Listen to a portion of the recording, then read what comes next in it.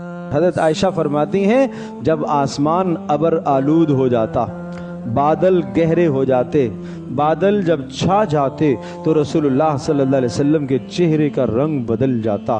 خرج و دخل، خرج و دخل، اقبل و ادبر۔ سنو تو صحیح، ایک بے قرار آدمی کیسے کرتا ہے؟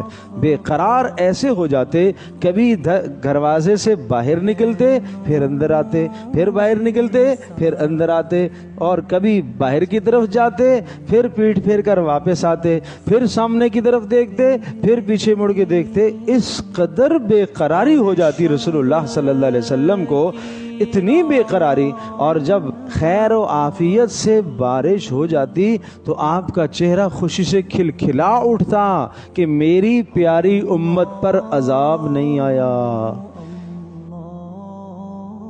یہ ہیں تمہارے اور ہمارے نبی حضرت محمد مصطفیٰ صلی اللہ علیہ وسلم۔ سب کہو صلی اللہ علیہ وسلم، صلی اللہ علیہ وسلم، صلی اللہ علیہ وسلم۔